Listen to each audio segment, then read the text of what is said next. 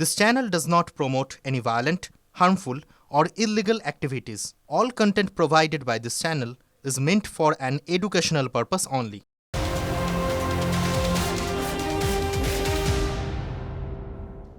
টিভি9 বাংলায় স্বাগত। Full and finally আপনাদের সঙ্গে রয়েছে আমি শর্মিষ্ঠা, আমার সঙ্গে রয়েছে আত্রে। এই মুহূর্তে একটা বড় খবর আসছে জগদ্দল থেকে, সেদিকে নজর রাখতে হবে। জগদ্দলে পিটিয়ে খুনের অভিযোগে গ্রেপ্তার ভাটপাড়া তৃণমূল কাউন্সিলরের ছেলে ধৃত নমিত সিং, যুব তৃণমূল নেতা। আর কি আপডেট রয়েছে জানাবেন আমার সহকর্মী অনন্ত সঙ্গে রয়েছেন। অনন্ত,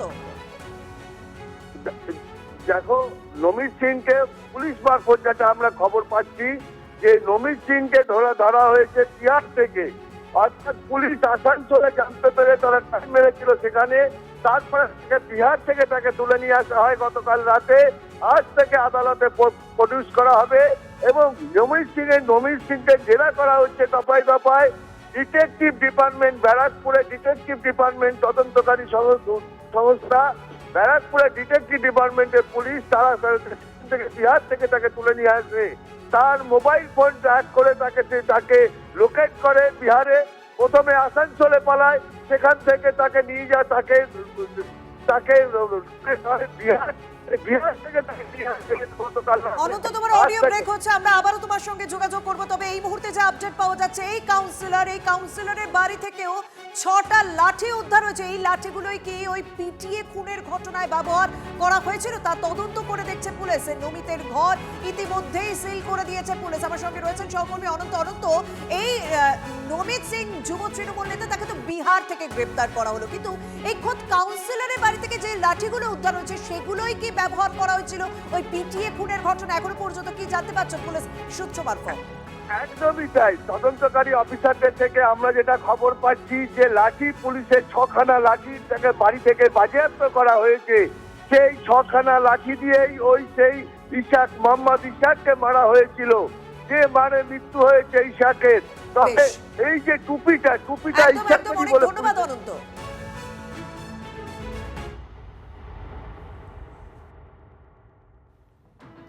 আর এবার শর্মিষ্ঠা, যেদিকে নজর রাখতে হবে সেটা হচ্ছে রাজধানী দিল্লি। কারণ রাজধানী দিল্লিতে যে পরিস্থিতি সেটা তপ্ত হয়ে রয়েছে।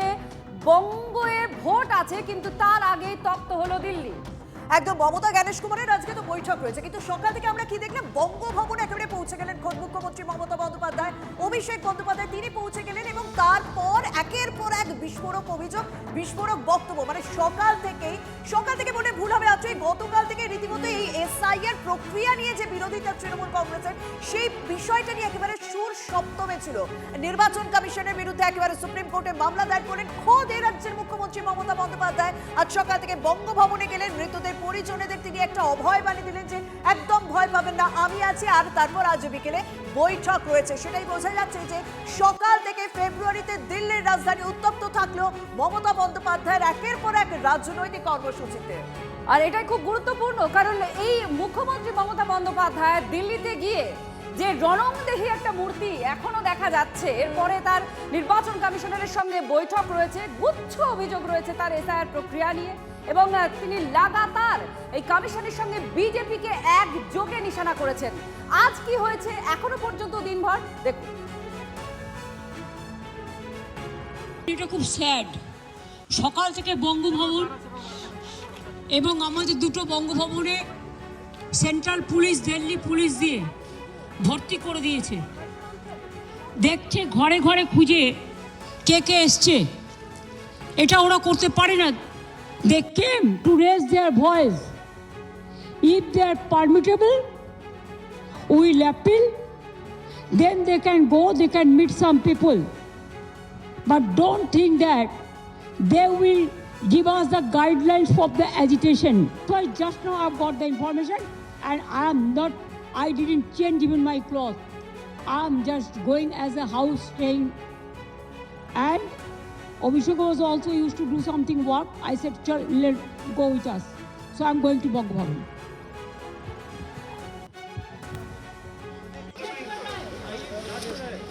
क्या किया है? आप इधर में रुको। आप तो इधर में से भाग क्यों रहा? देखो मुझको भाग क्यों रहा? देखिए भाई, हम नमस्ते करके कहते हैं। आप लोगों को जैसा भाई बहन है, हमारा भी भाई बहन है। अगर कोई लोगों को घर में कोई आदमी को डेथ हो गया SIR में, वो लोग बच्चा लेके वो सुप्रीम कोर्ट का पास बात करने के लिए आए। हम कोई एजिटेशन नहीं करने के लिए आया। अगर हम एजिटेशन करते तो आप लोगों को हम दिमाग खराब कर देते। अगर आप हमको साथ ऐसा करेंगे बेइज्जती, तो हम भी इज्जत का सब काम लेना जानता है। মমতা বন্দ্যোপাধ্যায় তিনি ভেতরে ঢুকছেন, অর্থাৎ চাণক্যপুরী বঙ্গভবনের ভেতরে তিনি ঢুকছেন এবং এখানে আগে থেকেই যারা SIR এর কারণে যারা যেই সমস্ত পরিবারগুলি ক্ষতিগ্রস্ত হয়েছে সেই পরিবারের মানুষজন তারা এখানে আগে থেকেই তারা অপেক্ষা করছেন এবং মমতা বন্দ্যোপাধ্যায় এখন তাদের সঙ্গে কথা বলবেন। মমতা বন্দ্যোপাধ্যায় সেখানে পৌঁছে গিয়েছেন। আমাদের পুলিশ এখানে আছে, চিন্তা করবেন না, একদম ভালো থাকবে, কোনো অসুবিধা হচ্ছে না তো। দায়িত্ব রেখে দেখছে সব দেখে নাও, যদি কোনো প্রবলেম হয় সঙ্গে সাথে মেসেজ দেবে। দেখেছ তো আমি বাড়িতে পড়ার শাড়ি পরে বেরিয়েছি, এই দেখো এখন নমস্কার করার টাইম নয়, মানুষ দুঃখে আছে। আমি বাড়িতে পড়ার শাড়ি পরে বেরিয়ে এসেছি, আমি এই শুনেছি। আমাকে অত দুর্বল ভাবার কোনো কারণ নেই, ঠিক আছে? আপনারা নিশ্চিন্তে থাকুন, ওদের দেখভাল করে রাখুন, ওদের যেন কোনো ত্রুটি না হয়। ওরা আমাদের, আমরা অনেক দূর দূর থেকে নিয়ে এসছে, ওরা আমাদের শহীদ পরিবারের সব, ঠিক আছে? দেখে রাখো।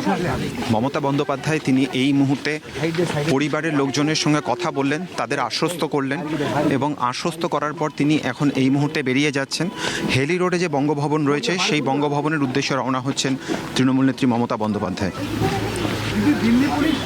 দিল্লি পুলিশ এরকম মানে একবারে এসে সার্চ করছে ভেতরে?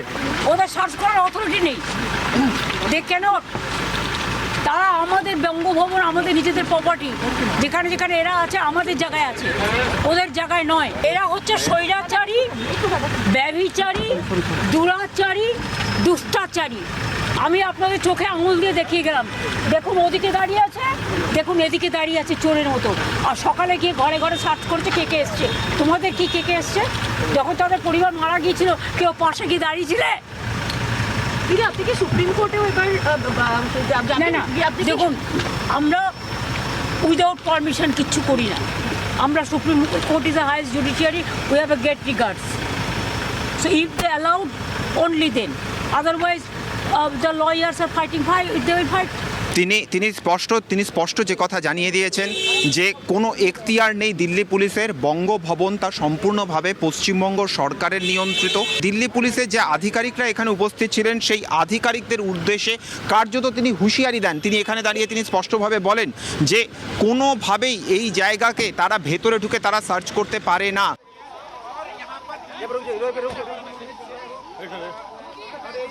क्यों नहीं आएगा?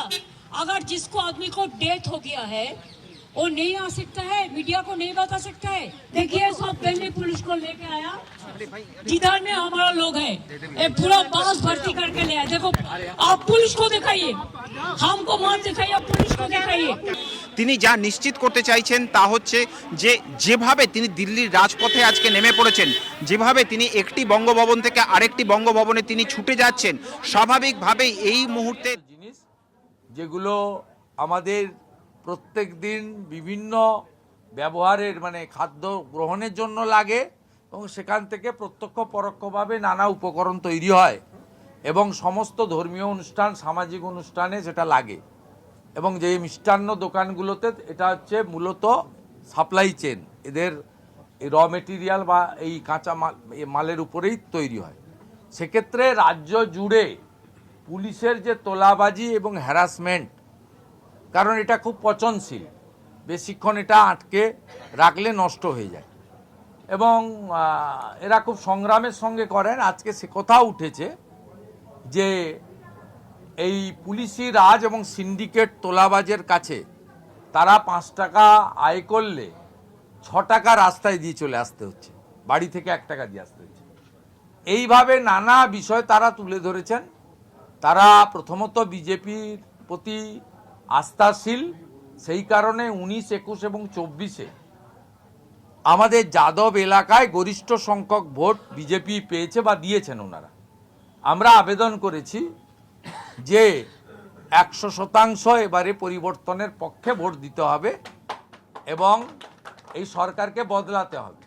আপনাদেরও হাল ফেরাতে গেলে আপনাদেরও অধিকার। আমরা বিধানসভার সুবিধা অধিকারী বক্তব্য শুনছিলাম। অন্যদিকে দিল্লিতে মমতা বন্দ্যোপাধ্যায় আজ সকাল থেকে তার একের পর এক আমরা পদক্ষেপ দেখতে পাচ্ছি, যেটা একেবারে রণংদেহী মূর্তি বলা যেতে পারে।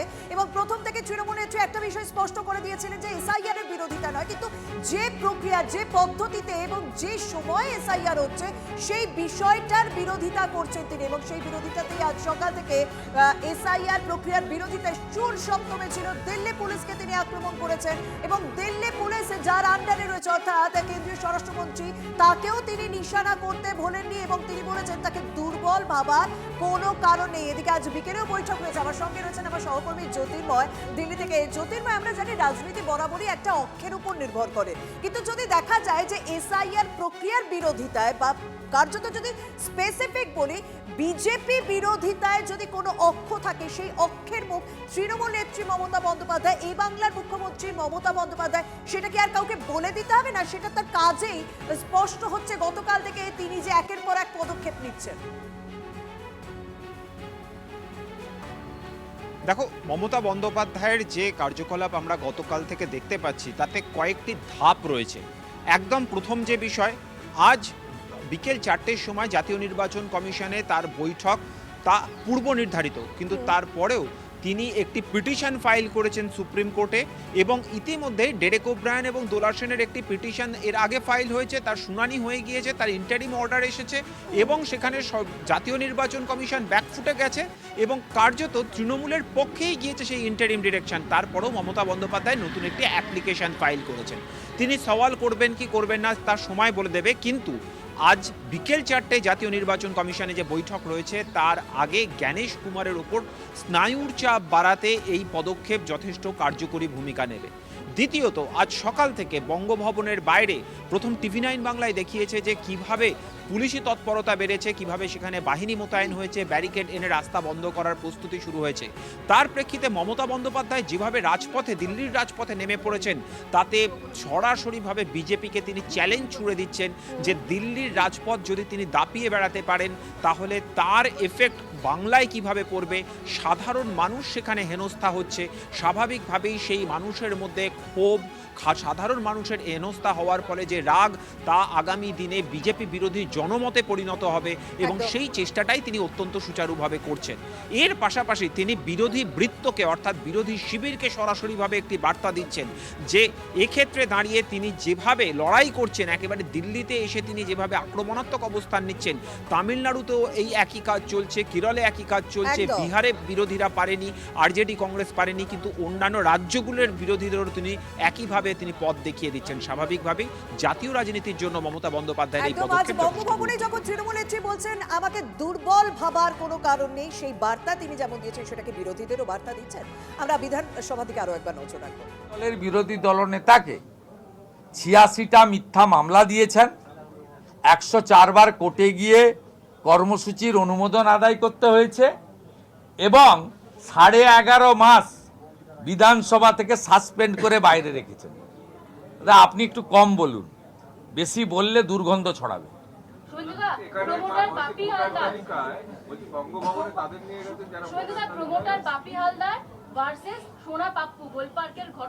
ডেঞ্জারাস এলিমেন্ট এই সোনা পাপ্পু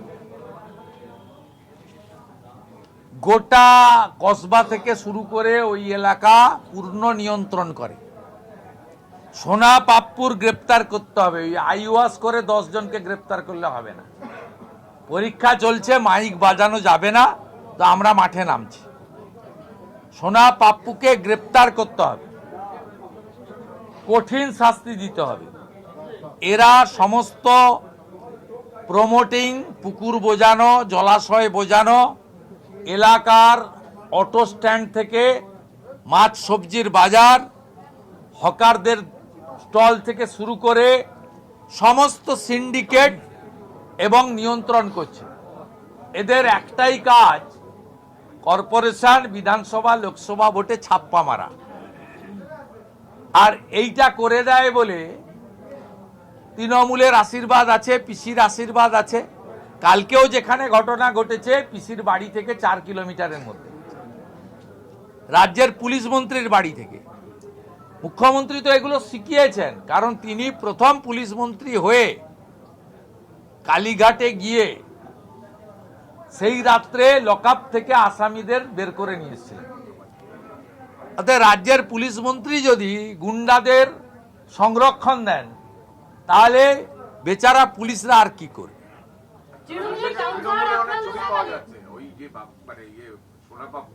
আরে ও তৃণমূলের মেন, ওখানে ভোট লুটেরা।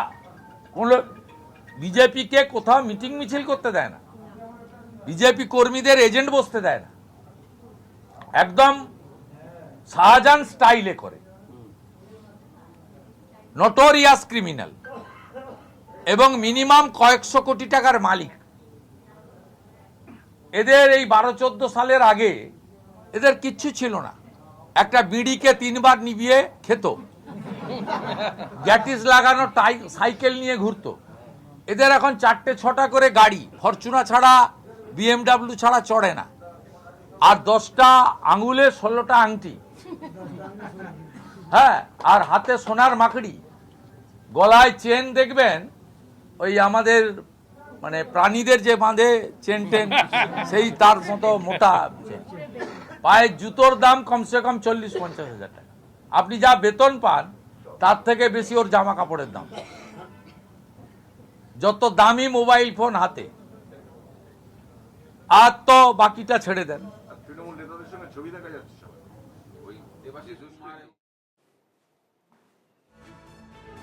আর আজ দিল্লি থেকে নজর সরবে না কারণ বাংলায় এসআইআর সংঘাতের আজ দিল্লিতে যেভাবে পড়েছে এখনই তপ্ত হয়ে রয়েছে।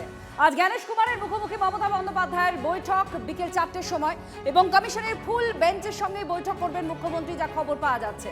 অ্যাসিস্ট্যান্ট এডিটর তন্ময় আমাদের সঙ্গে রয়েছেন, আমরা তার সঙ্গেই কথা বলবো। তন্ময়, একদিকে মুখ্যমন্ত্রী মমতা বন্দ্যোপাধ্যায়ের এসআইআর ইস্যুতে চড়া সুর এবং তার আইনি পদক্ষেপ, তার রাস্তায় নেমে প্রতিবাদ, আজকে তিনি সরাসরি ফুল বেঞ্চের সঙ্গে বৈঠক করবেন, তার সঙ্গে একেবারে শুরুর সময়টা দিল্লিতে যেভাবে সকালটা কাটলো মুখ্যমন্ত্রী মমতা বন্দ্যোপাধ্যায়ের অভিযোগে নিশানায়, তাতে কতটা চাপ, স্নায়ুর চাপ বাড়বে কমিশনে? দেখো, অঙ্ক কষেই কিন্তু সকাল থেকে পরপর ঘটনাগুলো যা দেখছি আমরা, সেই ঘটনাক্রম, সেটা বঙ্গভবন বলো, সেটা রাস্তা বলো, সেটা পুলিশের সামনে মমতা বন্দ্যোপাধ্যায়ের বক্তব্য, তিনি কিন্তু নিজেকে এই গোটা দেশে এসআইআর তথা কেন্দ্রের যাবতীয় পদক্ষেপের বিরোধী মুখ বলে প্রতিষ্ঠিত করতে গিয়েছেন। এখানে তুমি পরপর যদি দেখতে পাও, সেটা হচ্ছে যে এসআইআরে যাদের মৃত্যু হয়েছে তাদেরকে একটু আগে শহীদ আখ্যা দিয়েছেন কথা বলতে গিয়ে, যখন দিল্লি পুলিশের সঙ্গে কথা বলছিলেন এবং বলেছিলেন যে আমি এখানে আন্দোলন করছি, আন্দোলন করলে পুলিশের ঘুম ছুটে যেত। সেই জায়গায় তিনি শহীদের আখ্যা দিচ্ছেন। সেখানে সেই পরিবারগুলোকে নিয়ে এর আগে সুপ্রিম কোর্টে পিটিশন দায়ের করেছেন। মূলত এই মৃত্যু, সেই মৃত্যুটাকে এসআইআরের কারণে মৃত্যু, সেটাকে তিনি প্রতিষ্ঠিত করতে চাইছেন। 1, 2, লজিক্যাল ডিসক্রিপেন্সি অন্য রাজ্যের তুলনায় এখানে যেন বেশি কড়াকড়ি কমিশন করছে। 3, মাইক্রো অবজারভার নিয়ে তিনি প্রশ্ন তুলেছেন যে 1950 সালে জনপ্রতিনিধিত্ব আইনে এই ধরনের মাইক্রো অবজারভার কিন্তু সম্পূর্ণ বেআইনি, সেই ব্যাখ্যা তিনি দিয়েছেন। পাশাপাশি কমিশন যেভাবে যা যা কাজকর্ম করছে, সেখানে যে সমস্ত ডকুমেন্টস, অর্থাৎ তুমি অ্যাডমিট কার্ড বলো, অন্য কিছু বলো, সেই নথি নিয়েও সুপ্রিম কোর্টের রায় কমিশন মানছে না, এই অভিযোগ এনেছেন। নিজে পিটিশন করেছেন, সেই পিটিশন সুপ্রিম কোর্টে বুধবারে শুনানি হতে পারে এবং সম্ভাবনা রয়েছে যে মমতা ব্যানার্জি নিজেই সওয়াল করতে পারেন। সব দিক দিয়ে এই ঘটনা, সুপ্রিম কোর্টে পিটিশন এবং পাশাপাশি আজকে সকালে রাস্তায় নেমে তিনি যেভাবে দিল্লির রাজপথে পুলিশের সঙ্গে কথা বললেন এবং যাবতীয় গোটা বিষয়টাকে একেবারে রাজনৈতিক উঠোনে ফেলেছেন লড়াইটাকে, এখানে চাপ তৈরি হচ্ছে কমিশনের উপর। আজকে দেখা যাক যে কমিশনের জ্ঞানেশ কুমারের সঙ্গে সাক্ষাতে কি হয়। ধন্যবাদ। পশ্চিমবঙ্গের সরকারটাই ভূত, পশ্চিমবঙ্গের সরকারই একটা ভূতের সরকার, ভূতের রাজত্ব পশ্চিমবঙ্গে চলেছে। যেরকম সমস্ত অ্যাকাউন্টে ভূত, সেই ধরনের তৃণমূল কংগ্রেসের সরকারও ভূত। ভুতুড়ে ভোটারদের বাঁচিয়ে রাখার জন্যই তো তৃণমূল কংগ্রেস লড়াই করে যাচ্ছে। এসআইআর নিয়ে রাজনৈতিক সংঘাত দিল্লিতে, কিন্তু আমাদের নজর মালদার দিকে দিতে হবে, কারণ সেখানে শুনানি ঘিরে, এসআইআর এর শুনানি ঘিরে ইংরেজবাজারের রীতিমতো তুলকালাম পরিস্থিতি। শুনানি কেন্দ্রে ঢোকা নিয়ে কংগ্রেস তৃণমূল মারামারি।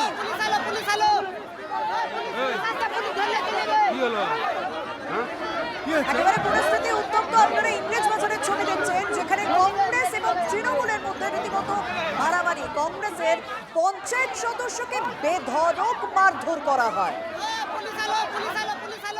আমরা দেখতে পাচ্ছি দুপক্ষের লড়াই দেখতে পাচ্ছি এখানে।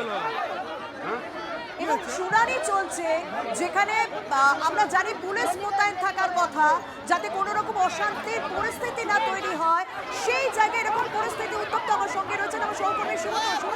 পুলিশ প্রশাসনে তো দেখা পাওয়া যাচ্ছে না এই শুনানি কেন্দ্রে এরকম অশান্তি চলছে, কংগ্রেস ভার্সেস তৃণমূলের লড়াই চলছে। চলুন আমরা যাচ্ছি।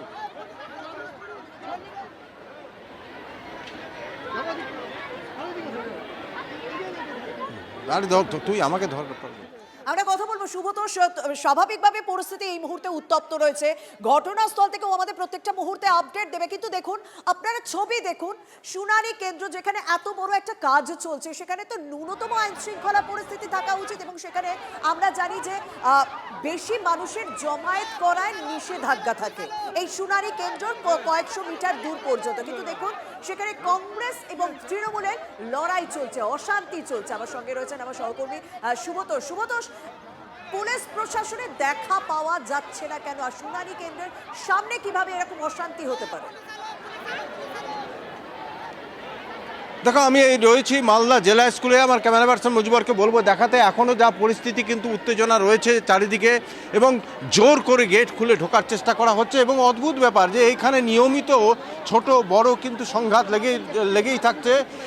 আজকে যার মানে সীমা ছাড়িয়ে যায়, এখানে দুটো মানে দল এখানে জোর করে ঢোকার চেষ্টা করে এবং সেখানে পুলিশের সামনেই এই গোলমালগুলো শুরু হয় এবং তাতে একজন কংগ্রেস পঞ্চায়েতের সদস্য তার জামা কাপড় ছিঁড়ে অকথ্যভাবে তাকে মারধর করা হয়। এই মুহূর্তে দেখো, তোমাকে দেখাচ্ছি এক্সক্লুসিভলি যে এখানে যে এখন পুলিশের সামনে কিন্তু উত্তেজনা চলছে এবং মানুষ মানে এতটাই ক্ষুব্ধ। একই সাথে এখানে বিভিন্ন রাজনৈতিক দলের যারা কর্মী তারা কিন্তু সেখানে একটা উস্কানিমূলক বা প্ররোচনা দেওয়ার সেটাও চেষ্টা করছে বলে অভিযোগ উঠছে। দেখা যাচ্ছে যে মানুষ তো একদিকে হয়রান হচ্ছেই, পাশাপাশি বহু রাজনৈতিক নেতাকর্মীরাও আসছেন। এই মুহূর্তে কি পরিস্থিতি, কি রকম অবস্থা? পরিস্থিতি খুবই বাজে। এখানে কোনো সিস্টেমে কোনো কাজ হচ্ছে না। পুলিশ কি আছে, কোনো কাজ দিচ্ছে? কোনো সহায়তা করছে না। পুলিশ আরও লোককে আরও বিভ্রান্তি করছে এবং লোকের ওপরে মেজাজ দেখাচ্ছে, যেখানে উচিত ওদের লাইন বাই লাইন সিস্টেমে কাজ করা। এখানে কোনো সিস্টেমে কাজ হচ্ছে না। এত অশৃঙ্খল প্রবেশ, 2-3জন মরার হাত থেকে বেঁচেছে, যাদেরকে আমরা উদ্ধার করে একজন হসপিটালাইজ, একজন মহিলাকে আমরা জল দিয়ে আমরা এখানকার যারা লোকাল আছি, ছেলেপেলে আছি, তারা ওদেরকে উদ্ধার করে আমরা সুস্থ করে তোলার ব্যবস্থা করছি। এই সিস্টেমে SIR এর হেয়ারিং করাটা একদম অন্যায় হচ্ছে। পুলিশ তো চোখের সামনে, কিন্তু পুলিশের সামনে এবার আপনি সামনে মারধর করছে না, বকাবকি করছে এবং টেম্পটেড হয়ে কথা বলছে। অন্য একদল আরেক দলকে তো মারামারি করছে। হ্যাঁ, ওটা ওখানে হয়েছে, পুলিশের সামনে হচ্ছে। পুলিশ এখানে কোনো হেল্প করছে না, কোনো নিরাপত্তা নেই। এবং এখানে যে এত বড় একটা হিয়ারিং হচ্ছে, এত লোক এসছে, তো প্রশাসনের দিক থেকে হেল্প কেন নেই, কোনো সিস্টেম কেন নেই, কেন পুলিশ নেই, কেন সিভিক পুলিশ নেই, এরা কেন নেই, কেন ব্যারিকেড দিয়ে কেন লাইন করানো হলো না, কেন মেয়েদের আলাদা ছেলেদের আলাদা কেন করা হলো না? ইচ্ছে করে বিভ্রান্তি, এটা হচ্ছে গরিব লোকদেরকে হ্যারাসমেন্ট করা। এখানে দেখবেন, এখানে প্রত্যেকটা নিম্নবিত্ত পরিবারের লোক সব হিয়ারিং এসছে, 2002 এর বৃদ্ধ লোকেরা এসছে। প্রশাসন বা পুলিশ বা নেতারাই চাইছেন যাতে হয়রানি হোক। এটা হোক, এটা বলতে পারবো না ওরা চাইছে কিনা, কিন্তু যদি ভালো চাইতো তাহলে এখানে কিন্তু পুলিশ ব্যবস্থা, সিভিক ব্যবস্থা এবং সিস্টেমে কাজটা করা দরকার। কি অবস্থা দেখছেন আপনি তাই মনে করছেন? এটা আমরা যা দেখছি তাতে হিয়ারিংয়ের নামে মানুষকে হেনস্থা ছাড়া অন্য কিছু নয়। আমাদের যে ইলেকশন কমিশনার এই হিয়ারিং এর ব্যবস্থা করেছে, একই অবস্থা তুমি দেখো যে এখানে মহিলারা কিভাবে রয়েছে। তুমি একটু মহিলাদের সঙ্গেও কথা বলো, কারণ আমরা যে ভিজুয়াল দেখাচ্ছি সেখানে এক মহিলা রীতিমতো অসুস্থ হয়ে পড়েছে, তিনিও আহত। কারণ এই যে অশান্তি, এই যে একে অপরকে ঘুষি মারা হচ্ছে, মারধর করা হচ্ছে, তার মাঝে কিন্তু সাধারণ মানুষ পড়ে গিয়েছে, তারা অসুস্থ বোধ করেছে রীতিমতো। দুজনকে হাসপাতালে ভর্তি করা হয়েছে। কথা বলো, আমরা খুব অসুস্থ আছি, হচ্ছে না আমাদের ভালোভাবে লাইন অনুযায়ী হবে তাহলে তো ঠিক হবে। অনেক মহিলা অসুস্থ হচ্ছে। কি অবস্থার মধ্যে আছেন আপনারা কি অবস্থার মধ্যে আছেন? কি অবস্থা? আপনারা কি কষ্ট পাচ্ছেন? আমার কথাগুলো শুনলেন না কেন? শুনেছি। আপনি কেন শুনলেন না? আপনার কথা শোনো, সবার কথা শুনছি, সবার কথা আপনারা কি কষ্টে আছেন? হ্যাঁ, এখানে যা পরিস্থিতি, উত্তেজনা চরমে, কারণ এখানে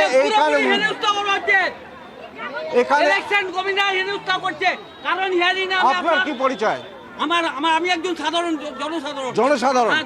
জনসাধারণ। আপনার অসুবিধাটা কি? আমার অসুবিধা হচ্ছে এই যে আপনার হিয়ারিং এর প্রসেস যে করেছে তার ব্যবস্থা কেন করেনি? কে করেনি? আপনার ইলেকশন কমিশনার কেন করেনি? কে করছে না? পুলিশ ছিল এখানে? না, পুলিশ থাকতে পারে কিন্তু আপনার এটা যিনি পরিচালনা, পুলিশ এখানে আমি বলতে চাই পুলিশ এখানে ছিল। হ্যাঁ, পুলিশ ছিল, কিন্তু পুলিশ ছিল না বলতে কি আপনার ছিল, আপনার সঙ্গে কিছু করে? আমি যেই কথাটা বলছি পুলিশ হেল্প করেছে আপনাকে? আমাকে পুলিশ যথেষ্ট হেল্প করছে, হেল্প করেছে, তাহলে ঠিক আছে, সেটাই কিন্তু আমি যেই কথাটা বলতে চাই সমস্যা কোথায়? বলছে যে একদম সুমন্ত, তুমি যাও বিভিন্ন জায়গায় ঘুরে ঘুরে আমাদেরকে দেখাও। তবে আমি আরো একবার পিসিআর কে বলবো, যে মুহূর্তে অশান্তি হয়েছিল সেই অশান্তির ছবিটা দেখাতে বলবো, কারণ একটা জায়গায় শুনানি চলছে, এসআইআর এর শুনানি চলছে, সেখানে পুলিশ প্রশাসনের যথেষ্ট পরিমাণে মোতায়েন থাকা উচিত, কারণ এত সংখ্যক মানুষ সেখানে শুনানির জন্য এসেছে। দেখুন সেখানে কি বিশৃঙ্খল পরিস্থিতি, দেখুন একে অপরকে কিল, চর, ঘুষি যা পারছে করে যাচ্ছে, এবং এই পুরো লড়াইটাই অভিযোগ কংগ্রেস এবং তৃণমূলের মধ্যে হয়েছে। পুলিশ প্রশাসনকে সামলাতে দেখছেন এখন, এত সংখ্যক মানুষ সেখানে রয়েছে, আর এর মাঝে পড়ে সাধারণ মানুষ আহত হয়েছেন, দুজনকে ইতিমধ্যেই হাসপাতালে ভর্তি করা হয়েছে এবং সাধারণ মানুষই তাদেরকে উদ্ধার করেন। ইংরেজ বাজারের ছবি দেখতে পাচ্ছেন, মালদার ইংরেজ বাজারের শুনানি কেন্দ্রে বিশৃঙ্খল পরিস্থিতি।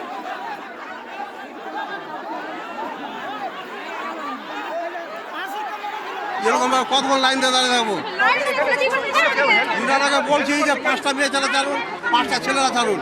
হ্যাঁ, কই নাম ধরে ডাকছে, যাকে মন তাকে ডাকছে, কি করছে? এখানে যে অসুস্থ হয়ে যাচ্ছেন আপনারা লাইনে দাঁড়িয়ে দাঁড়িয়ে, কেউ হেল্প করছে না? হেল্প করে না। পুলিশ এসেছিল, চলে গেছে। পুলিশের সামনে কি ধাক্কাধাক্কি করছে? হ্যাঁ হ্যাঁ, ছেলেরা ঢুকে যাচ্ছে, মেয়েরা দাঁড়িয়েই থাকছে, আমরা তো ঢুকতে পারছি না। সকাল 9টা থেকে এসে বসে আছি। সকাল 9টা থেকে আছেন? হ্যাঁ, সকাল 9টা থেকে এসেছি। সুমন্ত স্বামী, তোমার ওই কোলাপসেবল গেট দিয়ে সবাই হুড়মুড়িয়ে ঢুকছে, আমি সেই ছবিটা একটু দেখতে চাই। ক্যামেরা পার্সনকে বলে একটু। এত অসুস্থ হয়ে যাবে। হ্যাঁ, একেবারে তাই অবস্থা, কারণ খুব স্বাভাবিকভাবেই সকাল 9টা সময় থেকে এই মানুষগুলো কিন্তু এখানে দাঁড়িয়ে আছে। কতটা হয়রানি হতে পারে তোমাকে একবার নমুনাটা দেখাই, যে একটু আগেই তোমাকে দেখাচ্ছিলাম যে গেট খুলে সবাই ভেতরে ঢোকার, খুব স্বাভাবিকভাবে দীর্ঘ সময় ধরে যদি সকাল থেকে এসে কেউ অনেক দূর থেকে এসেছে, তারা এখানে এসে বসে আছেন, লাইন দিয়ে দাঁড়িয়ে আছেন, তারা যদি ঢুকতে না পারেন তাহলে কি হবে? কখনো এমনও দেখা যাচ্ছে কোনো না কোনো নেতার, তার প্রভাবশালী নেতার তার লোকজন এসে তাদেরকে আগে ঢুকিয়ে দেওয়া হচ্ছে। এই সমস্ত বিষয়গুলো কিন্তু দেখা যাচ্ছে, যেটা আরও সমস্যা বাড়াচ্ছে, এবং সেই নিয়েই কিন্তু দুটি দলের মধ্যে একটু আগে সংঘাত বাঁধে যে কে আগে ঢুকবে। খুব নিতান্ত প্রান্তিক এলাকা থেকে আসা মানুষ যারা, তারা হয়তো পেছনে পড়ে থাকে, কাছাকাছি সেই ব্যক্তিকে আগে ঢুকিয়ে দেওয়া হচ্ছে। স্বাভাবিকভাবে দীর্ঘক্ষণ লাইন দিয়ে যারা দাঁড়িয়ে রয়েছেন সাধারণ মানুষ, অত মহিলা, বয়স্ক মানুষ তারা রয়েছেন, এই পরিস্থিতি তো তৈরি হবে এবং দুপক্ষেরই সংঘর্ষ, এবং সেখানে কংগ্রেসের পঞ্চায়েত সদস্যকে বেধড়ক মারধর করা হয়, এবং এই সমস্ত অশান্তির মাঝে সাধারণ মানুষকে ভোগান্তির শিকার হতে হলো। এই মুহূর্তে আপনাদের দেখাচ্ছি দুটো ছবি, দেখুন শুনানি কেন্দ্র, এটা একটা এসআইআর এর শুনানি কেন্দ্র মালদা ইংরেজ বাজার, আর সেই শুনানি কেন্দ্রের ছবি। মনে হয় ভোটের সময় ভোট কেন্দ্রে আমরা এত গন্ডগোল দেখি না, বিক্ষিপ্তভাবে হয়তো দু একটা ঘটে। শুনানি কেন্দ্রের যে ছবি এই মুহূর্তে দেখা যাচ্ছে, ডান দিকে দেখতে পাচ্ছেন, এই বাঁ দিকের ঘটনার রেশ হচ্ছে ডান দিকে, মানে অসুস্থ হয়ে পড়েছেন, সকাল 9টা থেকে লাইনে দাঁড়িয়ে রয়েছেন, এবং যেটা অভিযোগ করা হচ্ছে কোনো না কোনো নেতা আসছেন আর তার পরিচিত লোকজনদের আগে ঢুকিয়ে দিচ্ছেন, আর সেটা নিয়ে গন্ডগোল শুরু হয়, যা হাতাহাতি মারপিটে গিয়ে পৌঁছয়। আর সেখানে মহিলারা যারা ছিলেন তারা অসুস্থ হয়ে পড়েন, বেশ কয়েকজন অসুস্থ হয়ে পড়েন। ডান দিকে দেখতে পাচ্ছেন একজন মহিলা এবং পুরুষ, তিনিও জখম হয়েছেন। আর তার মধ্যে লাগাতার অভিযোগ করা হচ্ছে যে শুনানি কেন্দ্রে এনে হয়রান করা হচ্ছে সাধারণ মানুষকে। কিন্তু যে মারপিটের ছবি আপনারা দেখছেন সেটা কিন্তু সাধারণ মানুষ হিসেবে মারপিট দিয়ে করেছেন তা নয়।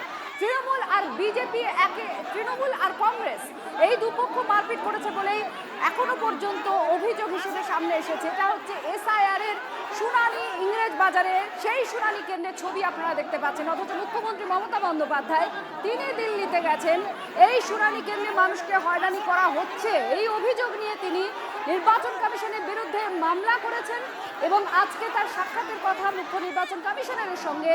অথচ সাধারণ মানুষ যারা শুনানি কেন্দ্রে হাজির হয়েছেন আজকে সুষ্ঠুভাবে লাইন এগোনোর কথা।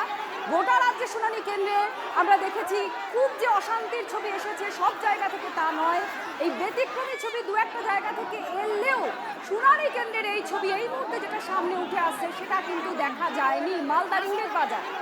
আচ্ছা, এই যত সংখ্যক মানুষ দেখছি মানে প্রচুর মানুষ এখানে, মানে তত সংখ্যক মানুষকে মানে ঠিকঠাকভাবে কাজটা চালানোর জন্য সঠিক সংখ্যক পুলিশ প্রশাসন কি মোতায়েন রয়েছে? মানে পুলিশ কর্মীর সংখ্যা কিন্তু এইখান থেকে যতটা বোঝা যাচ্ছে যে যথোপযুক্ত নয়, না হলে এই অশান্তির পরিস্থিতি সঠিক সময় সামাল দেওয়া যেত। এখনো পর্যন্ত মানে লাইভ ছবি সুব্রতোষ আমাদেরকে দেখালো যে কোলাপসিবল গেট দিয়ে কিভাবে হুড়মুড়িয়ে মানুষ ঢুকছে। সব থেকে গুরুত্বপূর্ণ বিষয় শর্মিষ্ঠা, আমার এখন মনেও পড়লো যে আজকে মুখ্যমন্ত্রী মমতা বন্দ্যোপাধ্যায় বা তৃণমূল কংগ্রেস BLA-দের শুনানি কেন্দ্রে ঢোকানোর জন্য সওয়াল করেছেন এবং BLA উপস্থিত থাকতে পারেন সম্মতি সেরকম নির্দেশ রয়েছে। তা সত্ত্বেও এত কেয়স এটা কি করে হয়?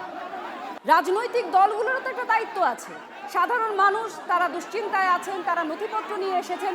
প্রত্যেকটা রাজনৈতিক দল তাদের প্রত্যেকের নিজস্ব দায়িত্ব রয়েছে। শাসক দল তৃণমূল কংগ্রেস হোক বা মালদা জেলায় কংগ্রেস যথেষ্ট স্ট্রং, তাদের সাংগঠনিক দিক থেকেই হোক প্রত্যেকেরই তো একটা দায়িত্ব রয়েছে মানুষকে সুষ্ঠুভাবে তাদের কাজ একদম সেই দায়িত্বটা আমরা কোথায় দেখছি? সেই দায়িত্বটা আমরা কে কোন দাদার ঘনিষ্ঠ সেই দাদা তাদেরকে ঢোকাতে যাচ্ছেন আর তারপরে এই বিশৃঙ্খল পরিস্থিতি হচ্ছে। আমার সহকর্মী সুব্রতোষ সেখানে রয়েছে।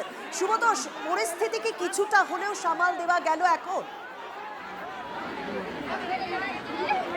হ্যাঁ দেখো, পরিস্থিতি এখনও কিন্তু যা তোমাকে দেখাচ্ছি যে উত্তেজনা কিন্তু চরমে, এবং আশ্চর্য লাগছে এটাই যে পুলিশের ভূমিকা নিয়ে সেখানে পুলিশ কিন্তু খুব ভীষণ রকমভাবেই দায় সারা। তোমাকে দেখায় যে এখনই তোমাকে একটু আগেই দেখাচ্ছিলাম যে এই যে গেটের সামনে কতটা পরিস্থিতিটা তুলে ধরো আমাদের সঙ্গে এই মুহূর্তে রয়েছে তৃণমূল কংগ্রেস নেতা অরূপ চক্রবর্তী। অরূপদা, ভয়ানক পরিস্থিতি, মানে কংগ্রেস এবং তৃণমূলের মধ্যে মারপিট হচ্ছে এবং এখানে অভিযোগটা কি কে কোন দাদার ঘনিষ্ঠ তাকে আগে লাইনে ঢুকিয়ে দেওয়া হচ্ছে। বিশৃঙ্খল পরিস্থিতি, হাজার হাজার মানুষ দাঁড়িয়ে রয়েছে, সাধারণ মানুষ অসুস্থ হয়ে পড়ছেন এই অশান্তির কারণে। পুলিশ যথোপযুক্ত নেই, কারণ হাজার হাজার মানুষ, খুব সঠিক সংখ্যক পুলিশ যে মোতায়েন নেই সেটা অন্তত ছবিতেই বোঝা যাচ্ছে। কি বলবেন, মানে এইটা কি? পুরোটার জন্য দায়ী নির্বাচন কমিশন। এই মানুষকে তো লাইনেই যেতে হতো না যদি না নির্বাচন কমিশন এই অসভ্যতামিটা করতো। আর কংগ্রেস, এই কংগ্রেস কোথায় ছিল এতদিন? ইংরেজ বাজারে তো বিজেপির MLA রয়েছে, সেখানকার বিজেপি নেই, কারণ বিজেপি ভোটারদের বাদ দিতে চেয়েছে, বিজেপি ভোট চুরি করতে চেয়েছে, বিজেপি থাকবে না, সেটা খুব স্বাভাবিক। কংগ্রেস কোথায় ছিল এতদিন? আজকে যখন মমতা ব্যানার্জি দিল্লিতে নির্বাচন কমিশনের কাছে বাংলার মানুষের প্রশ্নগুলো তুলতে চাইছে, তখন এই সস্তার নাটক করে এই প্রদেশ কংগ্রেস যে আসলে বিজেপির দালাল, এটা ঘুরিয়ে তারা আবার প্রমাণ করে দিলেন। ওদের এইসব দালালি বন্ধ করতে বলুন। বিজেপিকে রোখার জন্য এ রাজ্যে তৃণমূল একাই যথেষ্ট। এইসব সস্তার নাটক করে দুদিনের ফুটেজ খাওয়া কংগ্রেসকে বলবো, প্রদেশ কংগ্রেস যদি করতে হয় সরাসরি ধর্মনিরপেক্ষতার লাইনে কাজ করুন, বিজেপির হাতকে শক্তিশালী করবেন না। এতদিন কোথায় ছিলেন? মুখ দেখানোর জন্য আসেননি, আজকে যেহেতু মমতা ব্যানার্জি যাবে তাই জন্য মিডিয়া অ্যাটেনশন নিতে হবে বলে এই সস্তার নাটকবাজি। মালদার মানুষ বুঝে গিয়েছে বিজেপিকে রুখতে গেলে তৃণমূল ছাড়া আর কারো ক্ষমতা নেই বিজেপিকে রোখা। বেশ বেশ, ধন্যবাদ। আমরা কথা বললাম তৃণমূল কংগ্রেস নেতা অরূপ চক্রবর্তীর সঙ্গে। কিন্তু যে সার্বিক পরিস্থিতি মানে এখনো ভয়ানক অবস্থা। সুব্রত সেখানকার ছবি তুলে ধরছে আত্রি আমাদের। সুব্রত, তুমি যে দিকটা দেখাচ্ছিলে বলি তো, আমি বলছি আপনাকে। হ্যাঁ, আমি তো আমার কিছু বলবো, বলুন না। হ্যাঁ, কে বারণ করে?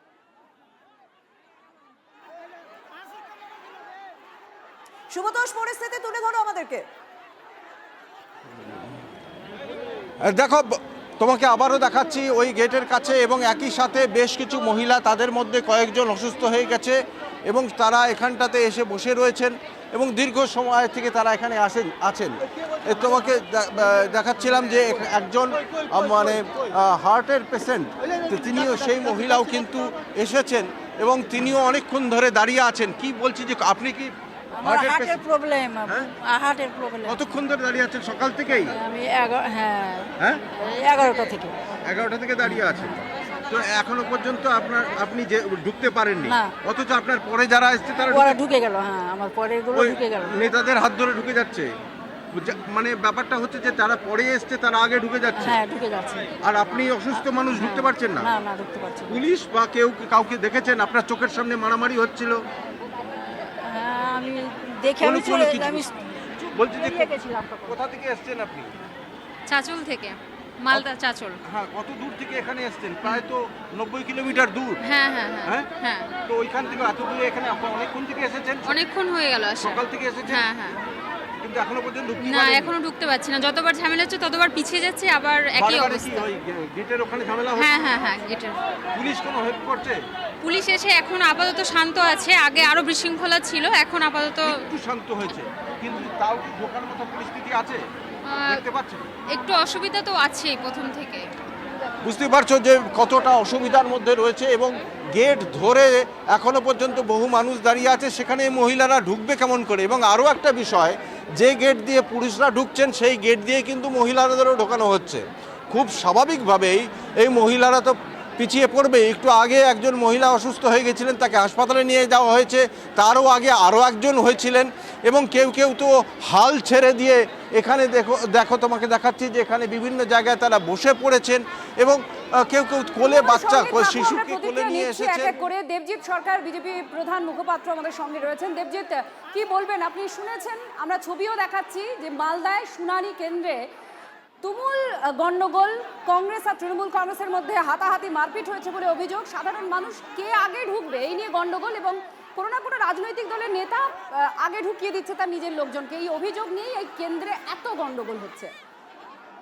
পুরো জায়গাটাই তো এরকম, সারা পশ্চিমবঙ্গ জুড়ে গন্ডগোলই চালাচ্ছে তৃণমূল কংগ্রেস। তার কারণটাই হচ্ছে যে ওরা চায় না এসআইআর হোক। বিশেষ করে মালদা, মুর্শিদাবাদ ইত্যাদি জেলাগুলোতে যারা ভূমিপুত্র তাদেরকে ছাপিয়ে যারা ওপার বাংলা থেকে মুসলিম অনুপ্রবেশকারী বাংলাদেশ থেকে এসেছেন তাদেরকে ওরা এখানে জায়গা দিতে মরিয়া, বদ্ধপরিকর। এপার বাংলায় থাকা যারা এখানকার ভূমিপুত্র হিন্দু মুসলমান নির্বিশেষে ভারতবর্ষের নাগরিক, পশ্চিমবঙ্গের ভোটদাতা, তাদের জায়গায় রিপ্লেসমেন্ট হচ্ছে ওপার বাংলার অনুপ্রবেশকারী মুসলমান, বাংলাদেশি মুসলমান, রোহিঙ্গা মুসলমানদের দিয়ে। সেই কাজটা যাতে ভালোভাবে করতে পারে সেই জন্য তৃণমূল কংগ্রেস বদ্ধপরিকর। তাদের একটা অংশ এর সঙ্গে আছে। আজকে আমাদের জেলায় জেলায় ঠিক দুপুর 2টোর সময় ডেপুটেশন হবে ডিএম এর সামনে, এই একই কারণে বিজেপির পক্ষ থেকে। দেখা যাক কি হয়। এই জিনিস মানুষ মেনে নেবে না, মানুষ এই জিনিসের বিপক্ষে দাঁড়াবে। নির্বাচন কমিশনকে অনুরোধ করব, তারা আসুন, দেখুন। শুধু দিল্লিতে বসে বললে হবে না, জ্ঞানেশ কুমারকে আসতে হবে, মালদাতেও আসতে হবে। ধন্যবাদ। মানে আজকে এই 90 কিলোমিটার দূর থেকে সাধারণ মানুষ এসেছেন, 3.5 ঘন্টা, প্রায় 4 ঘন্টা অনেকে দাঁড়িয়ে রয়েছেন, বারবার অশান্তি হচ্ছে গেটের কাছে, পিছনে চলে আসছেন। মানে এইভাবে কখনো শুনানির কাজ সুষ্ঠুভাবে সম্পন্ন হতে পারে? মানে কাউকে তো দায়িত্বটা নিতে হবে, এবং সেই দায়িত্বটা আমরা জানি যে নির্বাচন কমিশন বলে দিয়েছে শুনানি কেন্দ্র এবং শুনানি কেন্দ্রের সামনে আইন শৃঙ্খলার ব্যাপার দেখার দায়িত্ব রাজ্যের পুলিশ প্রশাসনের। এটা হচ্ছে আইন শৃঙ্খলার অবস্থা। আর এই ছবি বারবার অনেকগুলো প্রশ্নের জন্ম দেয়, কারণ এরপরে ভোট পড়ে রয়েছে, এরপরে আর মালদা জেলা সীমান্তবর্তী জেলা, আর কি অনেকগুলো প্রশ্ন উঠে আসে অশান্তি সংক্রান্ত বিষয় নিয়ে, অনেক প্রশ্ন ওঠে, অনেক সম্ভাবনার জায়গা তৈরি হয়। কিন্তু এটা একটা যদি খুব ছোট পরিসরে দেখা যায়, একটা শুনানি কেন্দ্র যেখানে মানুষ, তাদেরকে ডাকা হয়েছে, তলব করেছে নির্বাচন কমিশন, তাদের নথিপত্র নিয়ে এক এক করে ঢুকবেন লাইনে দাঁড়িয়ে। কিন্তু এখানে গন্ডগোল হলো, আর গন্ডগোল কাদের মধ্যে হলো? তৃণমূল কংগ্রেস আর কংগ্রেসের কর্মীরা, তারা হাতাহাতি মারপিট করেছে। সাধারণ মানুষ বলছেন কি, তাদের নিয়ে কেউ চলে যাচ্ছেন যারা পরিচিত, এই নেতারা যে পরিচিত তাকে নিয়ে ভেতরে চলে যাচ্ছেন, আর এই করে দাঁড়িয়ে থাকছে। আজকে যদি শুনানি কেন্দ্রের বাইরে এরকম ছবি হয়, ভেতরে যারা শুনানির কাজ করছে তাদের মধ্যেও স্বাভাবিকভাবে একটা চাপ তৈরি হবে। এবং ঠিক যে কারণে এসআইআর প্রক্রিয়া, যে কারণে এসআইআর করা, যেহেতু তুমি উদাহরণ টানলে যে সত্যি সীমান্তবর্তী জেলা, সেই কারণটা কি সঠিকভাবে সম্পূর্ণ হবে? এটাই তো একটা সবথেকে বড় প্রশ্ন হয়ে দাঁড়াতে পারে। আমার সঙ্গে রয়েছেন আমার সহকর্মী শুভতোষ। শুভতোষ, বাইরে যদি এরকম পরিস্থিতি হয়, ভেতরে যারা শুনানির কাজ করছে তাদের উপর তো একটা স্নায়ুর চাপ যে বাইরে অশান্তি, আমাকেও তাড়াতাড়ি কাজটা করতে হবে।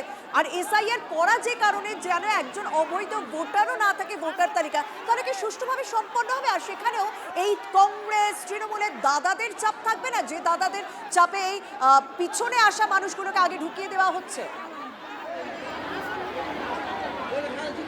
দেখো আজকে যে ঘটনাটা ঘটলো এটা তো আগে থেকেই হচ্ছিল এবং তৃণমূলের এক নেতা এটাও নিজেরাও পরিষ্কার করে ছিলেন যে এই লাইনে গিয়ে বিভ্রান্তি ছড়ানো হচ্ছে, প্ররোচনা দেওয়া হচ্ছে সাধারণ মানুষকে এবং তাদের যে মানে অসুবিধাটা সমস্যাটা তৈরি করা ক্রিয়েট করা, একটা এমনটা নয় যে তারা সমস্যার মধ্যে পড়ছেন না, কিন্তু তাদের সেই সমস্যাটাকে আরও জটিল করে তুলে ধরা, এটা যেন একটা উদ্দেশ্য এবং আজকে কিন্তু সেটাই হচ্ছে।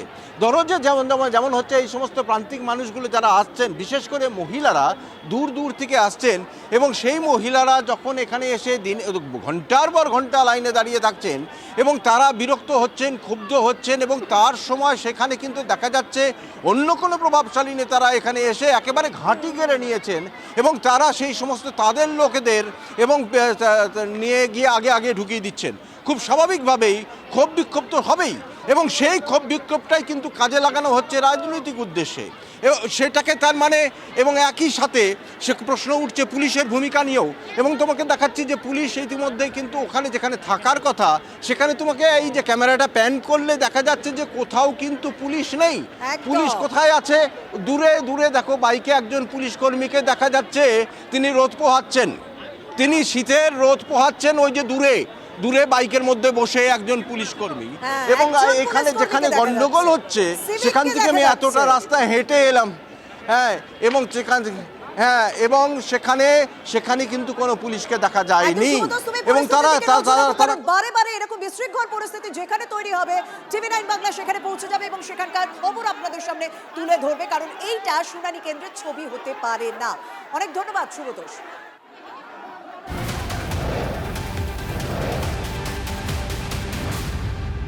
আর এসআইআরের মধ্যে আবার মৃত্যুর অভিযোগ উঠছে এবার বীরভূমের শিউরি থেকে। শুনানিতে নোটিশ পেয়েও গড়হাজির, চিন্তায় মৃত্যু বৃদ্ধা। পরিবারের দাবি অসুস্থতার জন্য 8ই জানুয়ারি শুনানিতে যেতে পারেননি অঞ্জলি মণ্ডল। এরপরে চিন্তায় আরো অসুস্থ হয়ে পড়েন, গতকাল তার মৃত্যু হয়। আজ মৃতের বাড়িতে যান শিউরির তৃণমূল বিধায়ক বিকাশ রায়চৌধুরী। হিমাদ্রি আমাদের সঙ্গে রয়েছেন। হিমাদ্রি, কি অভিযোগ উঠে আসছে, পরিবার কি বলছে?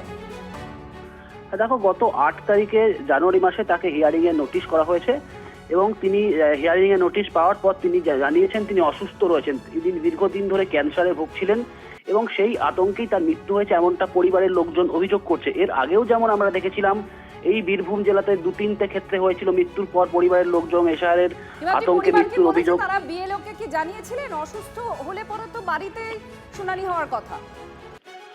একেবারে বাড়িতে শুনানি হওয়ার কথা ছিল। তারা বিএলওকে নোটিশ আসার পরেই বিএলওকে জানিয়েছিলেন যে তিনি অসুস্থ রয়েছেন, ক্যান্সারে ভুগছেন। পরবর্তী ক্ষেত্রে তার বাড়িতে এসে শুনানি হওয়ার কথা ছিল, কিন্তু তার আগেই তার মৃত্যু হয়েছে। এরপর কিন্তু পরিবারের লোকজন অভিযোগ করছেন এসআইআরের নোটিশ পাওয়ার পরেই মৃত্যু হয়েছে।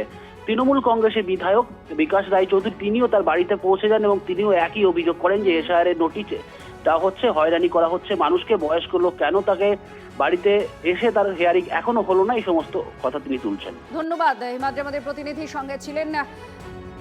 বীরভূমে আরো এক মৃত্যু এবং এসআইআরের আতঙ্ক থেকেই মৃত্যু হয়েছে বলে এমনই অভিযোগ করা হচ্ছে পরিবারের তরফ থেকে। আবার শিউরির বিধায়ক বিকাশ রায়চৌধুরী তিনিও অভিযোগ করছেন একটু অসুস্থ ছিলেন, তারপরে এসআইআর আপনার ফর্ম টর্মগুলো পাওয়ার পর উনি আরো অসুস্থ হয়ে গেলেন। টেনশনে 2002-এ তার আগে আমি ভোট দিচ্ছি তো আমার নাম নাই, ওই টেনশনে আর কি না, সেই টেনশনে আর কি মারা গেল। হিয়ারিংয়ে চিঠি এসেছিল, নিয়ে ওনারা করেছিলেন কিন্তু যাওয়া হয়নি, মানে অসুস্থ ছিলেন বলে যাওয়া হয়নি। মানে এসআইআর আপনার এইগুলো যখনই পাওয়ার পর তখনই আরো অসুস্থ হয়ে গেলেন। এটা খুবই দুঃখজনক, লজ্জাজনক এবং আমরা ধিক্কার জানাই। আমরা এই এসআইআর চাইনি। এই যে অঞ্জলি মণ্ডল চলে গেল, তার চিন্তা যে আমি এরপর আমার কি হবে, অসুস্থ হয়ে যেতে পারিনি, 8 তারিখে তার হিয়ারিং ছিল 8 তারপর থেকে তার মানসিকভাবে ভেঙে পড়েছিল, গতকাল তিনি মারা গেলেন। কেন এইভাবে মানুষকে অ্যারেস্ট করা হচ্ছে, কেন মানুষ মারা যাচ্ছে, এর দায়িত্ব ইলেকশন কমিশনারকে দিতে হবে। মালদা চাচল, সেখানে বিএলওই তৃণমূলের সাধারণ সম্পাদক।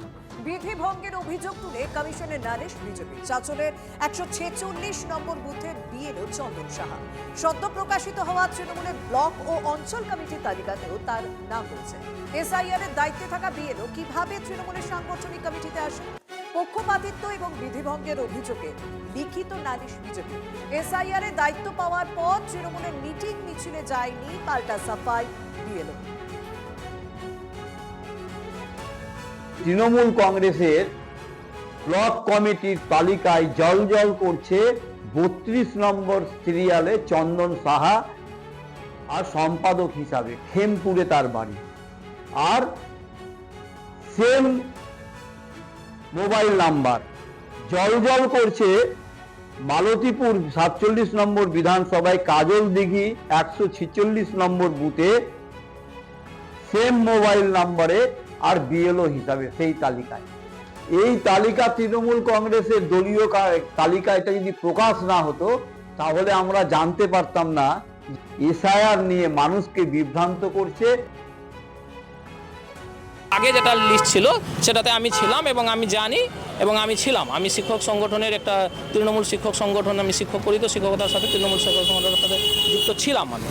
কিন্তু এই বিএলও হওয়ার পর থেকে যেদিন থেকে এসআইআর চালু হলো তবে থেকে কিন্তু আমি কোনো মিটিং মিছিলে বা কোথাও যাচ্ছি না। আমি দায়িত্ব সহকারে নিজের বুথের বিএলওর ডিউটিটাই পালন করছি। যদি বাঁচতে হয় তাহলে তো বিএলও হওয়ার লোক খুঁজে পাওয়া যাবে না, যে সে মমতা বন্দ্যোপাধ্যায়ের সাথে অ্যাটাচ বলে তাকে বিএলও করা যাবে না। হ্যাঁ, এটা ঠিক যে একজন সরকারি বিএলও তিনি হয়তো দলের পদাধিকারী হয়েছে, তো সেখানে সঠিক ফোরামে আপনারা কমপ্লেন করুন। তার বিএলও রাখবেন কি রাখবেন না অ্যাডমিনিস্ট্রেশন ঠিক করবেন। তার জন্য এত রাজনৈতিক মজমা জমিয়ে রাখার কোনো কারণ নেই, কারণ কেন্দ্রীয় নির্বাচন কমিশন এই এসআইআর এর নাম করে বাংলার মানুষের ভোটাধিকার হরণ করতে চাইছে।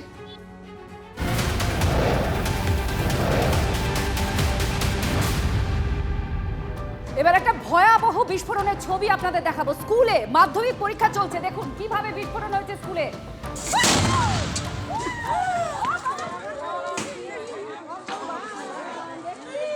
দেখুন এই ছবি, মাধ্যমিক চলছে স্কুলে আর এই বিস্ফোরণ হয়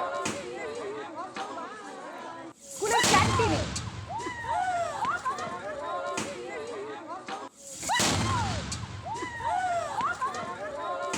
সুমন আমাদের প্রতিনিধি আমাদের সঙ্গে রয়েছেন। সুমন, এই বিস্ফোরণটা হয়েছে আমরা দেখতে পাচ্ছি, বরাত জোরে বেঁচে গিয়েছেন সকলেই, কি অবস্থা, কিভাবে এই বিস্ফোরণ হলো? দেখো, স্কুলের ক্যান্টিনের ভেতরে চা বানাচ্ছিলেন, সেই সময়ই কিন্তু সিলিন্ডারের আগুন দেখতে পায় এখানকার লোকেরা, এবং যারা চা বানাচ্ছিলেন তারা সেই সময় এই সিলিন্ডার থেকে কোনো রকমের সেই অবস্থাতেই কিন্তু বের করে নিয়ে মাঠের মধ্যে রাখা হয়। সে সময় কিন্তু এই হঠাৎ করে মাঠের মাঝখানে এই বিস্ফোরণটা ঘটে। অল্পের জন্য বেঁচে গেছে, কারণ কিছুক্ষণ আগে যদি এই বিস্ফোরণটা ঘটতো তাহলে স্কুলের যেখানে চা বানানো ছিল ক্যান্টিন, তার সংলগ্ন যে ঘরগুলো ছিল সেখানে এই বিস্ফোরণটা ঘটতো, ফলে একটা ব্যাপক রকমের কিন্তু ঘটনা ঘটে যেতে পারতো। কিন্তু বলার জোরে বেঁচে যাওয়া গেছে। কিন্তু যে সময় এই ঘটনা ঘটেছে সেই সময় পরীক্ষা চলছিল স্কুলে, এবং সকলেই কিন্তু হকচকিয়ে যায় এবং আতঙ্কগ্রস্ত হয়ে পড়ে। যদিও পরবর্তীতে দমকল আসে, পরিস্থিতি নিয়ন্ত্রণে আনে এবং প্রশাসনের কর্তা ব্যক্তিরাও কিন্তু ঘটনাস্থলে পৌঁছেছে। ফলে এই যে ঘটনা, স্কুলের ভেতরে গ্যাসের সিলিন্ডার ব্লাস্ট করা, প্রতিনিধি জানাচ্ছিলেন যে বরাত জোরে কিভাবে বেঁচে গিয়েছেন সকলে। 202 জন পরীক্ষার্থী আজকে মাধ্যমিক পরীক্ষা দিচ্ছেন, আর সেই সময় এই ঘটনা।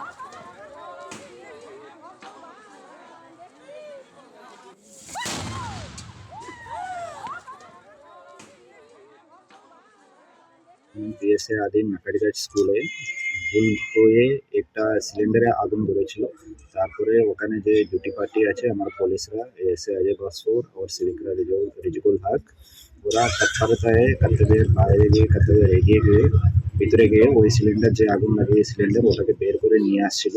নিয়ে আসার পরে ওরা একটু বিস্ফোরক হয়ে গেল সিলিন্ডারটা।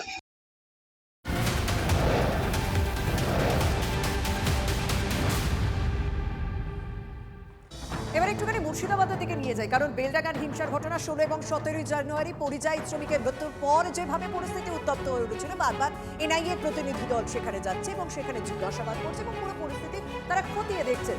সাইবার ক্রাইম থানায় ইতিমধ্যে পৌঁছে গিয়েছেন তদন্তকারীরা, কারণ সাইবার ক্রাইম থানাটি কি ভূমিকা ছিল সেই দিকেও অবশ্যই নজর রাখছে এনআইএ তদন্তকারী টিম। আমার সঙ্গে রয়েছেন আমার সহকর্মী কৌশিক। কৌশিক, সাইবার ক্রাইম থানাটি কি কারণে, কোন বিষয়গুলো তারা জোর দিয়ে দেখার চেষ্টা করছে? দেখো, সাইবার ক্রাইম থানায় মূলত গিয়েছে যে বিষয়গুলো দেখার জন্য, যে সমাজ মাধ্যমে যেসব ছবি ভাইরাল হয়েছিল বা সেই সময় যে সমস্ত ছবি রয়েছে সেই সমস্ত ছবি যেগুলো সাইবার ক্রাইম বিভাগ তারা সংগ্রহ করেছিল সেই সমস্ত ছবি নেওয়ার চেষ্টা করেছে। এবং অপরদিকে তারা কিন্তু বেলডাঙ্গা থানায় আসে, বেলডাঙ্গা থানা থেকে বেলডাঙ্গা পৌরসভায় যায়। পৌরসভা এলাকায় যে সমস্ত সিসিটিভি ক্যামেরা রয়েছে এবং যে এলাকায় হিংসা হয়েছিল, যে ছাপাখানা মোড় রেলগেট এলাকা, সেখানে ভাঙচুরের ঘটনা ঘটেছিল, সেই ক্যামেরায় সেই সব ফুটেজ যাওয়ার জন্য কিন্তু বেলডাঙ্গা পৌরসভাতেও তারা গিয়েছিলেন। পরবর্তীতে সেখানে সহযোগিতা পাবেন এমনটা আশ্বাস দিয়েছিলেন পৌরপিতা, কিন্তু সেখানে কোনো তারা সিসিটিভি ফুটেজ সংগ্রহ সমস্ত বিষয়টি পাননি, কারণ তারা পুলিশের ওপর দায় ঠেলে দিয়েছে এবং পরবর্তীতে আবার বেলডাঙ্গা থানায় আসেন। এছাড়াও রেলের যারা আধিকারিক এবং আরপিএফ যারা রয়েছে, রেলের আরপিএফের সঙ্গে জিজ্ঞাসাবাদ করেন এবং তাদের সাথে জানার চেষ্টা করে ঠিক কোন সময় ঘটনাটি হয়েছিল এবং পাথর ছোড়ার মতো যে ঘটনা ঘটেছিল সেই পাথরের আয়তন কত বা পাথরের সঙ্গে আর কি কি ব্যবহার করা হয়েছিল, রেলের যে ভাঙচুর করার মতো ঘটনা ঘটেছিল এবং স্টেশন সংলগ্ন এলাকায় যে ভাঙচুরের ঘটনা ঘটেছিল সেটার এক্স্যাক্ট টাইম কখন, সেই সমস্ত কিছু জানার চেষ্টা করে। এবং পরবর্তীতে এছাড়াও এই ঘটনায় যে 30 জনের উপর বেশি জনকে গ্রেপ্তার করা হয়েছে, তাদেরকে আজ আদালতে তোলা হয়, সেই দিকেও কিন্তু এনআইএর নজর রয়েছে এবং এখন তারা কিন্তু এই বেলডাঙ্গা থানায় রয়েছে এবং সেই সমস্ত কিছু নথিপত্র সংগ্রহ চেষ্টা চলছে, কিন্তু এখনো পর্যন্ত পুরোপুরি নথি কিন্তু তারা হস্তান্তর তাদের কাছে পাননি। কেস ডায়েরি নেওয়ার জন্য যে এনআইএ এসেছে গত 2 দিন আগে, সেই কেস ডায়েরি কিন্তু এখনো তারা সরাসরিভাবে হাতে পায়নি, তাই এখন বিভিন্ন জায়গায় তারা তল্লাশি এবং সরজমিনে খতিয়ে দেখেন। একদম, অনেক ধন্যবাদ কৌশিক। 25শে ফেব্রুয়ারি আদালতে রিপোর্ট দেবে কেন্দ্রীয় এজেন্সি, তাদের কাছে যে সমস্ত নথি থাকার কথা সেই নথিগুলো এখনো সবকিছু এসে পৌঁছয়নি, সেই নথি সংগ্রহের কাজ চলছে, তারপরে তারা রিপোর্ট দেবে আদালতে। যেরকম ভাবে আপনাদেরকে দেখাচ্ছিলাম যে 36 জনকে আদালতে পেশ করার কথা এবং সেই আদালতে তাদেরকে পেশ করা হয় এবং নিজেদের হেফাজতে চাইবে, সেই তথ্য আপনাদের সামনে তুলে ধরলাম। এবার একটু ধূপগুড়ির দিকে নজর রাখি, মালবাজার ধূপগুড়ি খবরের দিকে। দীর্ঘদিন ধরে বেহাল রাস্তা, প্রতিবাদে রাস্তায় গাছের গুঁড়ি ফেলে অবরোধ করা হয়। উত্তাল ধূপগুড়ির অরবিন্দপল্লী 12 বছর ধরে বেহাল রাস্তায় ভুগছে এলাকার মানুষ। পৌরসভাকে জানিয়েও পদক্ষেপ নেয়নি বলে অভিযোগ। রাস্তা দিয়ে ওভারলোডের লরি এবং ভারী গাড়ি যাতায়াত করছে। দ্রুত রাস্তা সরাইয়ের দাবিতে অবশেষে অবরোধ বিক্ষোভ। পুলিশের আশ্বাসে পরিস্থিতি নিয়ন্ত্রণে আসে, অবরোধের জেরে যানজট তৈরি হয়েছে। রাস্তা ভালো না, পরশু দিনে তো একদম পড়ে গেছে, পড়ে যায় হ্যাঁ রাস্তা না, রাস্তা ঠিক করুক, আসতে চায় না। 12 বছর থেকে এই রাস্তাটার মধ্যে বর্ষার সময় হাঁটুখানিক জল লাগে যায়, এই হাঁটুখানিক জল ঢেকে ছেলেরা স্কুলে যায়, গ্যাসের গাড়ি একবার উল্টে গেছে। বিগত 12 বছর থেকে হচ্ছে না, একবার রিপেয়ারিং হয়েছিল কোনো মতো, রাস্তা দিয়ে এদিকে টোটো চলতে পারে না। কেন? রাস্তা এতটা খারাপ, টোটো এদিকে আসতে চায় না। কোনো সময় কোনো উদ্যোগ নিচ্ছে না, কোনোদিনও নেই। শুভেন্দু অধিকারী সহ রাজ্যের বিরোধী নেতাদের নিরাপত্তা নিশ্চিত করার জন্য রাজ্যকে নির্দেশ হাইকোর্টের প্রধান বিচারপতির। বিরোধী দলের কোনো নেতার ওপর যাতে হামলার ঘটনা না ঘটে তা নিশ্চিত করতে হবে রাজ্য সরকারকেই নির্দেশ প্রধান বিচারপতির। বিরোধী দলনেতা শুভেন্দু অধিকারীর দায়ের করা মামলার প্রেক্ষিতেই এই নির্দেশ। পরবর্তী শুনানি রয়েছে 18 ফেব্রুয়ারি।